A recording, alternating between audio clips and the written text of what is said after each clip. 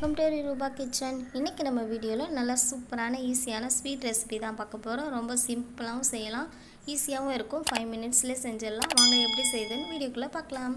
இந்த ஸ்வீட் செய்யறதுக்காக நான் ரஸ்க் எடுத்துக்கிறேன். நீங்கள் எந்த ரஸ்க் வேணாலும் எடுத்துக்கலாம், எந்த ஃப்ளேவர் ரஸ்க் வேணாலும் எடுத்துக்கலாம். ஒன்றும் பாதியாக கட் பண்ணி நம்ம மிக்ஸி ஜாரில் சேர்த்துட்டு நம்ம அரைச்சி எடுக்கும்போது 1 கப் அளவுக்கு இருக்கிற அளவுக்கு நம்ம எடுத்துக்கலாம். அதுக்கு தகுந்த மாதிரி கூட்டவோ குறைக்கவோ செஞ்சுக்கலாம். இப்போ நம்ம ஃபைன் பவுடராக அரைச்சி எடுத்துக்கலாம். அரைக்கும் போது எந்த ஒரு தண்ணியும் சேர்க்க வேண்டாம், நம்ம அப்படியே அரைச்சி எடுத்துக்கலாம். பாருங்கள், இந்த அளவுக்கு நம்ம அரைச்சி எடுத்தாலே போதும். இது அப்படியே இருக்கட்டும். ஸ்டவ் ஆன் பண்ணிவிட்டு ஒரு பேனில் 2 டீஸ்பூன் அளவுக்கு நெய் சேர்த்துக்கலாம். நெய் சூடானதும் முந்திரி பருப்பு சேர்த்து வறுத்து எடுத்துக்கலாம்.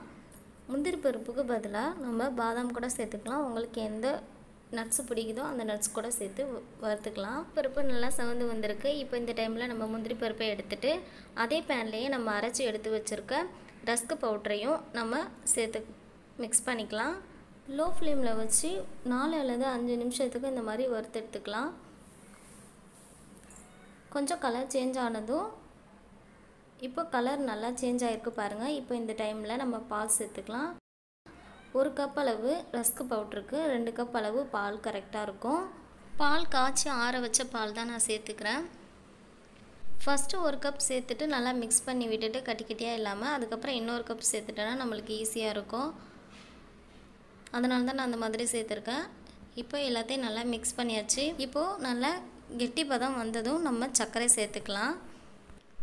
இப்போ பாலில் நல்லா ரஸ்க் பவுடரில் சேர்த்து சூப்பராக வந்துடுச்சு. இப்போது நம்ம சர்க்கரை சேர்த்துக்கலாம்.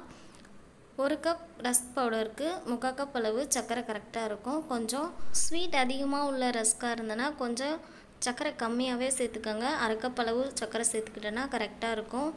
இப்போ சர்க்கரை எல்லாம் கரைஞ்சி சூப்பராக இலகி வந்திருக்கு பாருங்கள். இப்போ இந்த டைமில் நம்ம ஏலக்காய் பவுடர் சேர்த்துக்கலாம்.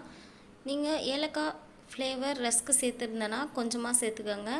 நான் கொஞ்சம் ஏலக்காய் ஃப்ளேவர் ரஸ்க்கு தான் சேர்த்துருக்கேன், அதனால் 1/4 டீஸ்பூன் அளவுக்கு மட்டும் சேர்த்துருக்கேன். இப்போது 1 டேபிள் ஸ்பூன் அளவுக்கு நெய் சேர்த்துட்டு நல்லா மிக்ஸ் பண்ணிக்கலாம். இந்த ஸ்வீட்டுக்கு நெய் அதிகமாக சேர்க்கணும் அப்படின்ற அவசியமே இல்லை, கொஞ்சம் நெய் சேர்த்தாலே நல்லா டேஸ்ட்டாக இருக்கும். நல்லா கலந்து விட்டுக்கலாம். நல்லா கலந்து விட்டதுக்கப்புறமா இப்போது 1 டேபிள் ஸ்பூன் அளவுக்கு நெய் சேர்த்துட்டு நான் மிக்ஸ் பண்ணிக்கிறேன்.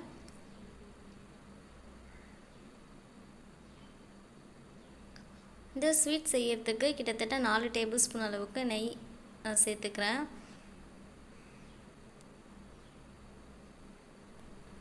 பேனில் ஒட்டாமல் சூப்பராக வந்திருக்கு பாருங்கள். இப்போ இந்த டைமில் லாஸ்ட்டாக 1 டேபிள் ஸ்பூன் அளவுக்கு நெய் சேர்த்துட்டு மிக்ஸ் பண்ணிவிட்டு நம்ம வறுத்து எடுத்து வச்சுருக்க முந்திரி பருப்பை சேர்த்துட்டு கலந்து விட்டுக்கலாம்.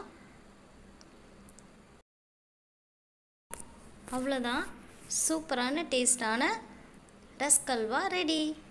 குழந்தைங்களுக்கு இந்த மாதிரி செஞ்சு கொடுத்தோன்னா ரொம்ப விரும்பி சாப்பிடுவாங்க. ட்ரை பண்ணி பார்த்துட்டு மறக்காமல் கமெண்ட் பண்ணுங்கள்.